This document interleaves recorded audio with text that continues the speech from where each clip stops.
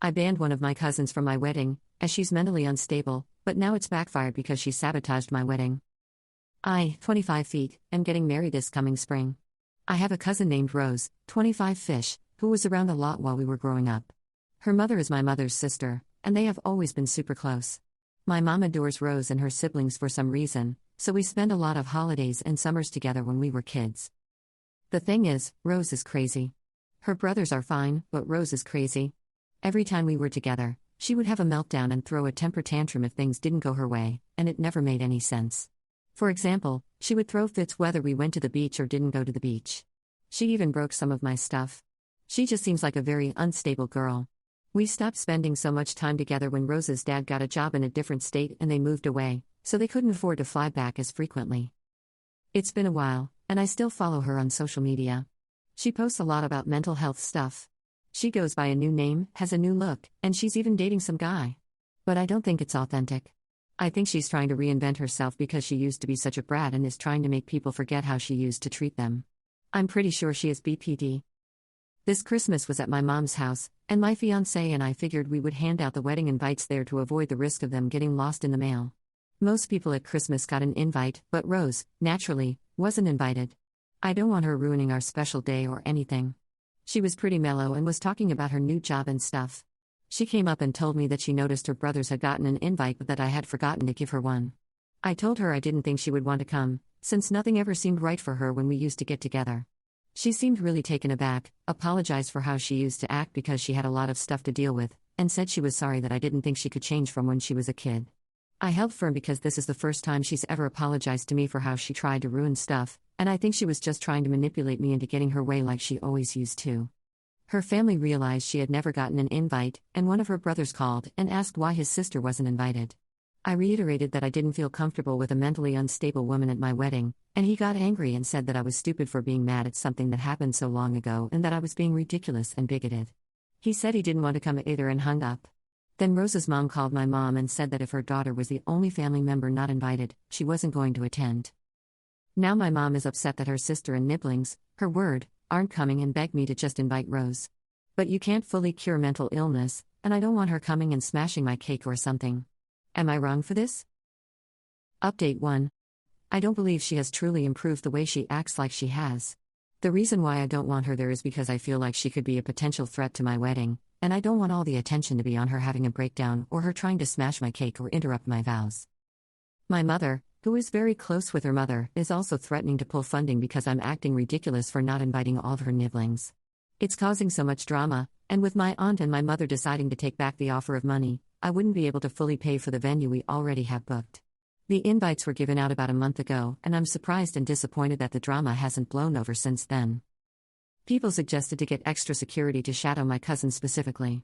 It looked like that was the only way to keep this venue, so I brought it up with my fiancé, and he said he was fine with hiring someone or even having one of his relatives shadow her the entire time to make sure she didn't try anything. I mentioned it to my mother, but she didn't like the idea. She says my cousin isn't a threat, and I'm being awful towards her. I tried to explain that, rationally, it was the best option. My cousin is a mentally ill woman, and I doubt the venue would appreciate us inviting someone with a known history of destruction and meltdowns. This way, she can have her nieces, nephews, and sister at the wedding, and I can have slightly more peace of mind. I'm trying to maintain this boundary, but my mom still insists that I'm being awful for some reason. I'm just trying to maintain the peace while feeling safe at my own wedding. Edit. For everyone implying that my mother is fully funding my wedding, that isn't true. She is contributing a significant amount, but I did not ask her to. She offered. If I had known that the money came with strings attached, I would have chosen a cheaper venue when planning. Pulling out now would lose my deposit, which I paid for, and cause me to have to do a lot of rescheduling and replanning. I'm not going to give in and let some psycho ruin me and my fiancé's day. To those recommending I go low or no contact with my mother, that isn't an option. I love her and she loves me, and I'm not going to destroy our relationship because of some psycho. Update 2. People are making assumptions about me and my feelings towards the LGBT community and transgenderism that are irrelevant to my post about my cousin. My cousin is female and mentally ill. My cousin is not a man and has never told me that she thinks she's a man. I think that a woman is allowed to want to feel safe and secure at her own wedding without misogynistic slurs being thrown at her and being forced to accommodate mental illness at a celebration that is not for the mentally ill woman. I am not going to elope, and I am not going to cancel. I know my mother loves me, even if she also likes my cousins, and would not abandon me. My fiancé stands by me no matter what and agrees with my stance on the whole thing. I appreciate all the actual advice I've received. My cousin will be invited to placate my mother, and I've told her that I will invite her and not hire security. My fiancé's cousin will shadow her the entire time if she makes it into the venue. She will not be allowed to bring A+1. If she does not stick to the dress code, she will not be allowed in. The dress code is simple and already established: a formal or semi-formal dress for female guests, and a suit for male guests, all within my wedding colors.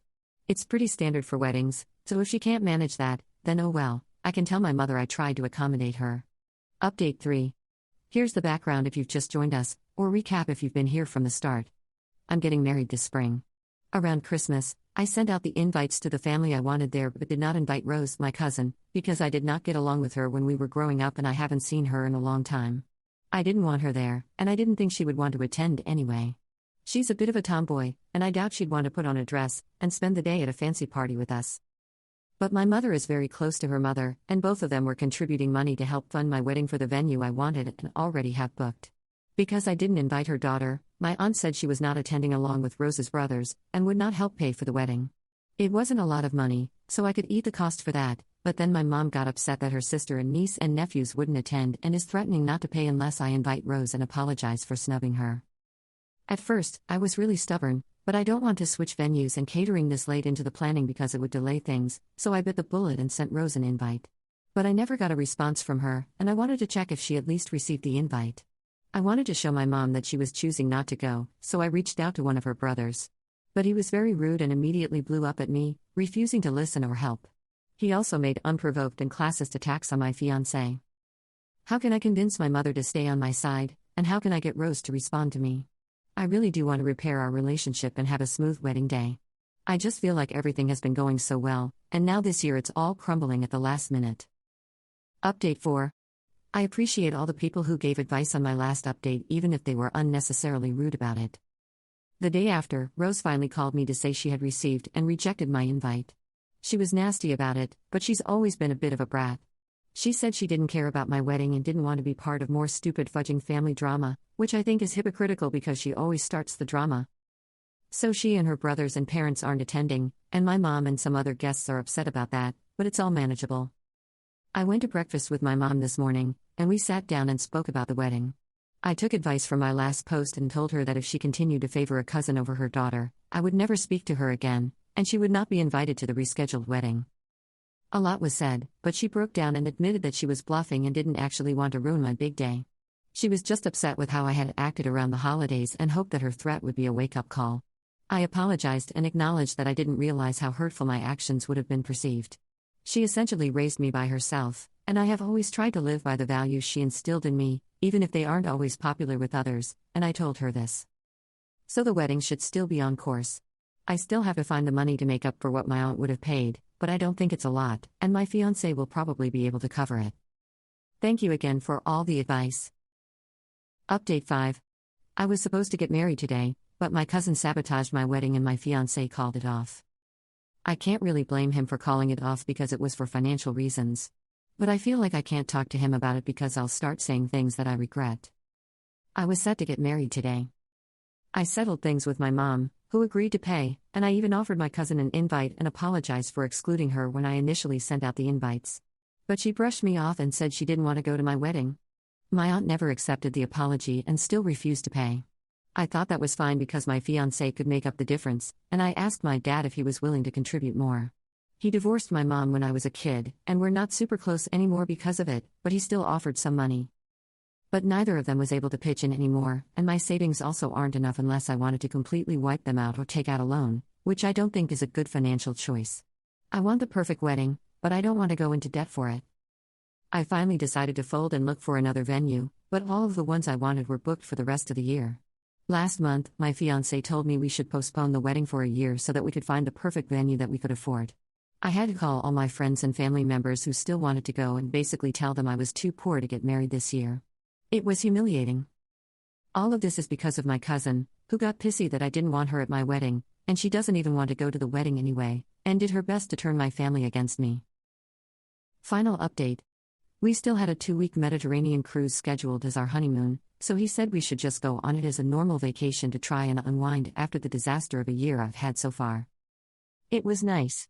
But near the end, he got more and more distant. Once we landed back home, I joked it was back to wedding planning, and he got very serious and admitted that he doesn't think planning a wedding is a good idea. He said the family bullcrap drama had made him reconsider, and he thought that the cruise would soften the blow. I was crying and said I'd cut off the family members and obviously, we would never see the psycho relative ever again. But he said it wasn't just that I had crappy crazy family members. It's been almost a week since he was last home.